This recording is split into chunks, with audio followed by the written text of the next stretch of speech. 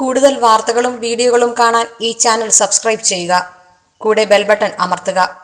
Please subscribe our channel. കന്നി രാശിയിലെ പൂജാമുറി. ഇന്നത്തെ കാലയളവിൽ പുതിയ ഗൃഹം നിർമ്മിക്കുമ്പോൾ ഇരുനില കെട്ടിടങ്ങളും ബഹുനില കെട്ടിടങ്ങളും ഫ്ലാറ്റുകളും ഒക്കെ ആയിട്ടാണ് നമ്മൾ സാധാരണ കണ്ടുവരുന്നത്. എങ്കിൽ തന്നെയും പൂജാമുറി എവിടെ വയ്ക്കണം, എങ്ങനെ വയ്ക്കണമെന്ന് പല ആൾക്കാർക്കും അറിയാൻ വയ്യാത്തൊരു അവസ്ഥയാണ്. പല ആൾക്കാരും വിളിച്ച് ചോദിക്കാറുണ്ട്, സാറേ പൂജാമുറി എവിടാണ്, പൂജാമുറി എവിടെ വെച്ചിരുന്നാലാണ് ധനം ഏറ്റവും കൂടുതലും, അവിടെ നിന്ന് പ്രാർത്ഥന ചൊല്ലിയാലുള്ള മന്ത്രങ്ങളുടെയും പ്രാർത്ഥനകളുടെയും ശക്തി ലഭിക്കുകയും ചെയ്യുന്നത് പലരുടെ ഒരു സംശയമാണ്. അതിൽ പൂജാമുറി സാധാരണ നമ്മൾ എല്ലാ ഗൃഹങ്ങളിലും കന്നിരാശി എന്ന് പറഞ്ഞു കഴിഞ്ഞാൽ കന്നിമൂല എന്ന് പറഞ്ഞാൽ തെക്ക് പടിഞ്ഞാറേ മൂലയാണ്. ആ തെക്ക് പടിഞ്ഞാറേ മൂലയിൽ പൂജാമുറി വരുന്നതായിരിക്കും എല്ലാ ഭവനങ്ങൾക്കും ഉത്തമം. പക്ഷെ ചില ഇരുനില കെട്ടിടങ്ങളിൽ ഇപ്പം കോൺക്രീറ്റ് കെട്ടിടങ്ങളൊക്കെ ആയതുകൊണ്ട് പല ഇരുനില കെട്ടിടങ്ങളിലും കണ്ടുവരുന്ന ചില പ്രവണതയുണ്ട്. സ്റ്റെയർ കേസിനടിയിൽ കന്നിമൂല വരുന്ന സമയത്ത് സ്റ്റെയർ കേസിനടിയിൽ പൂജാമുറി വെക്കുന്നത്. സ്റ്റെയർ കേസിനടിയിൽ ഒരു കാരണവശാലും പൂജാമുറി വെക്കാൻ പാടില്ല. അത് തന്നെയുമല്ല, പൂജാമുറിക്ക് ചില കൃത്യതകളോടുകൂടും നിഷ്ഠതയോടുകൂടും പൂജിച്ച് കണ്ടു കഴിഞ്ഞാൽ ആ പൂജാമുറിയിൽ വെക്കുന്ന ഈശ്വരന്മാർക്കും ചൈതന്യാവസ്ഥ ഉണ്ടാവും, അവിടെ വയ്ക്കുന്ന വിളക്കിനും ചൈതന്യാവസ്ഥ ഉണ്ടാവും. പൂജാമുറിയിൽ സാധാരണ ഗൃഹത്തിലാണെങ്കിൽ 2 തിരിയിട്ട് വിളക്ക് തെളിക്കുന്നതായിരിക്കും ഏറ്റവും ഉത്തമം. കന്നിമൂലയ്ക്കുള്ള പൂജാമുറിയാണ് ഏറ്റവും ഉത്തമവും ഏറ്റവും ധനം കൊണ്ടുവരുന്നതും. തെക്ക് പടിഞ്ഞാറേ മൂലയിലാണ് നമ്മുടെ കുബേരൻ്റെ സ്ഥാനവും. അത് തന്നെയല്ല, കന്നിമൂലയ്ക്ക് പൂജാമുറി വന്നു കഴിഞ്ഞാൽ പടിഞ്ഞാറിൽ നിന്നും കിഴക്കോട്ട് നമ്മുടെ ഭഗവാന്മാരുടെ ഈശ്വരന്മാരുടെ ഒക്കെ പടം വെച്ച് അല്ലെങ്കിൽ ഫോട്ടോ വെച്ച് ആരാധിക്കുന്നതായിരിക്കും ഏറ്റവും നല്ലത്. ചില ആൾക്കാർ അതേ കന്നിമൂലയ്ക്ക് തന്നെ പൂജാമുറി ഉണ്ടെങ്കിലും സൗകര്യപ്രദമായിട്ട് കിഴക്ക് ഭാഗത്താണ് ഭിത്തി വരുന്നതെങ്കിൽ കിഴക്കൊന്ന് പടിഞ്ഞാറ് വെച്ചു ആരാധിക്കുന്ന ആൾക്കാരുണ്ട്. അതിനും ദോഷങ്ങളൊന്നും കാണുന്നില്ല. പക്ഷേ ഏറ്റവും പ്രാധാന്യം അർഹിക്കുന്നതും ധനസമ്പത്തുണ്ടാകുന്നതും ഐശ്വര്യം ഉണ്ടാകുന്നതും ആ കുടുംബത്തിലൊരു സ്വസ്ഥ ജീവിതം ഉണ്ടാകുന്നതും കന്നിമൂലയിലെ പൂജാമുറിക്കായിരിക്കും ഏറ്റവും കൂടുതൽ പ്രാധാന്യമുള്ളത്. അപ്പം കന്നിമൂലയിലെ പൂജാമുറിയാകുമ്പോൾ ശുദ്ധമായ എള്ളെണ്ണ നമുക്ക് 2 നേരമാണ് സാധാരണ ഗൃഹങ്ങളിൽ വിളക്ക് തെളിക്കാറുള്ളത്.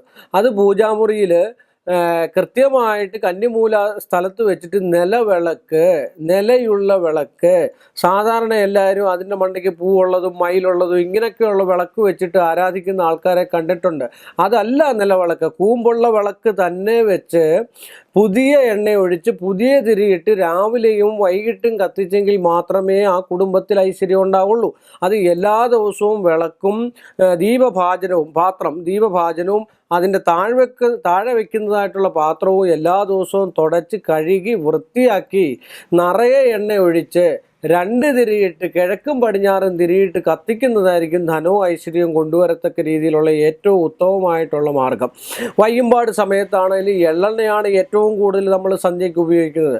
നമ്മുടെ കാര്യങ്ങളൊക്കെ സാധിക്കാനും ഏത് കാര്യം ഒരു സാധ്യാവസ്ഥയ്ക്ക് വേണ്ടിയാണ് ചില വീടുകളിലൊക്കെ നെയ്യൊഴിച്ച് സന്ധ്യത്തിരി കത്തിക്കാറുള്ളത്. നെയ്യൊഴിച്ച് കത്തിക്കുന്നതും പ്രാധാന്യമേറെയാണ്. അത് സ്ഥിരം കത്തിക്കാൻ പാടില്ലെന്നാണ് ആചാര്യന്മാർ പറയുന്നത്.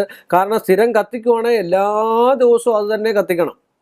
ഇന്നത്തെ കാലയളവ് അനുസരിച്ച് എല്ലാവർക്കും നെയ്യൊഴിച്ച് കത്തിക്കാനുള്ള ഒരു മാർഗാവസ്ഥ ഇല്ലെന്ന് ഞാൻ പറയുന്നില്ല.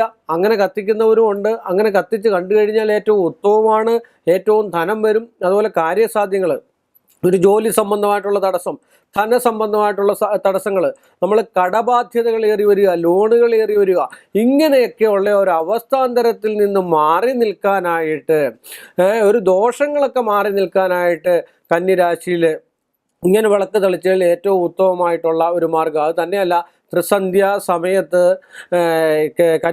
കന്നിമൂലയ്ക്ക് വിളക്ക് തെളിച്ച് പടിഞ്ഞാറ് ഭാഗത്തോട്ട് തിരിഞ്ഞിരുന്ന് ഈശ്വരനെ നന്നായിട്ട് വിളിക്കുകയും നാമജപം ജപിക്കുകയും ചെയ്തു കഴിഞ്ഞാൽ സന്ധ്യാസമയത്ത് കന്നിമൂലയ്ക്കൊരു പവറുണ്ട്.